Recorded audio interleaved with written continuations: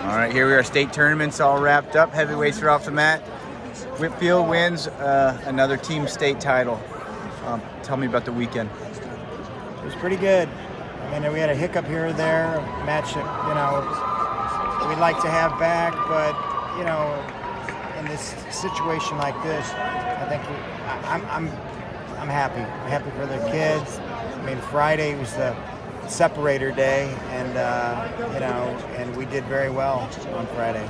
Yeah, so you said you have a hiccup here or there, but Whitfield's able to win by a big margin, and so the hiccup or two isn't going to drop you down in the team score. How are you able to put a gap between you and the rest of the field? What are your guys doing to be dominant? Well, the guys that are doing the best listen. Okay, they stay within their game.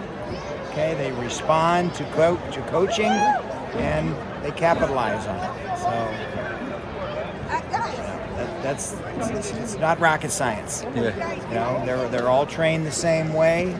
They all have areas of specialization. There's a lot of common themes to follow. Following those themes, more successful. What are some important themes or things that you said to the guys throughout the weekend? Be stingy. Don't give up points. You're in every match if you're not throwing away points. And feel a guy out, capitalize on his weaknesses. I mean, it doesn't take long to see openings if you're patient. And again, I think the guys that did the best followed those instructions. I mean, we wrestle an incredibly difficult regular season, and there is a serious buy-in that you will be prepared at the end, regardless of having 8 losses, 10 losses versus your opponents, 1 loss or 2 loss from their regular season. Mm-hmm. It's a gamble. It's a little bit of a gamble because you don't want to break a kid for lack of success. But for Class 3 boys with 113 most of them respond very well. Nice. And I think that's a huge separator for us. As a coach, do you see things right now that you're thinking about for next year?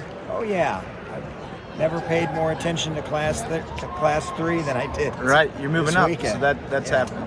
So yeah, I mean, I'm very attentive to what's going on in Class 3. So I'm excited about it. So I think there'll be a lot of shifting around and taking away the multiplier, and teams dropping down because they weren't successful and their multiplier's gone, and forcing other teams up.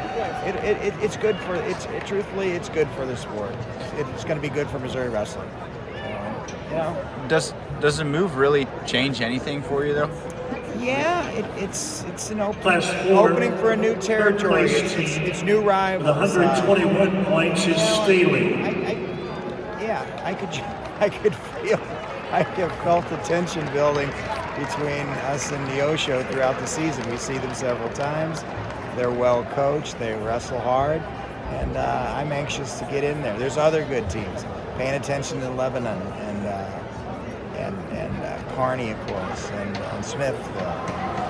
And others, Rolla, and who's in our area, so in Class 3. So what district we might fall into. So I tried not to make the mistake of overlooking this tournament, because I wouldn't have bet a penny that we'd have locked it up on Friday night.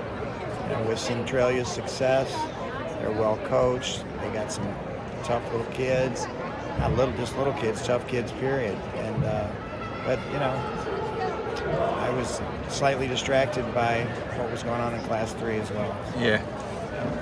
Does Whitfield have any impact seniors moving on? We're going to lose. We're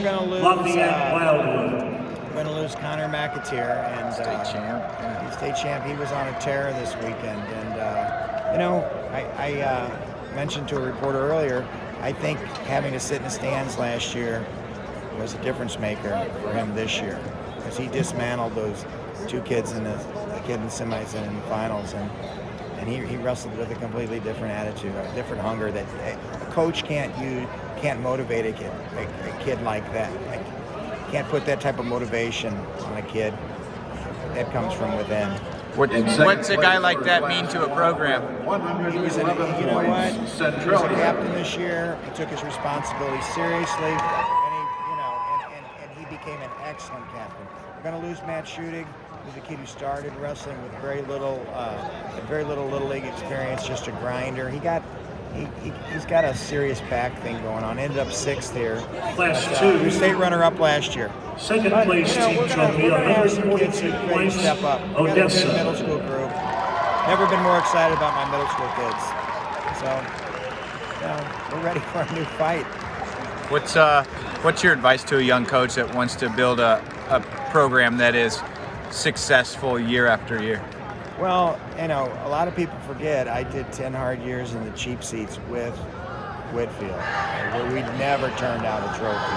And it was just disappointment after disappointment. We had sprinkles of good kids here and there. They could never put together anything team-wise. And then we turned the corner and we just developed the system and stayed with it. We're consistent in what we do and how we train and what the expectations are. You have fun? Yeah, the gratifying. It's gratifying. Fun is being, successful. In second place for the class Putting the work 3 in, team achieving the with goal. 114 It mimics points. what they're going to have to do the rest of life. When the people stop cheering, they'll be left with things, bigger than medals and trophies and so on. So. Coach, thanks for putting energy in the sport. Thanks for building strong young men. Anything else that you want to share? No.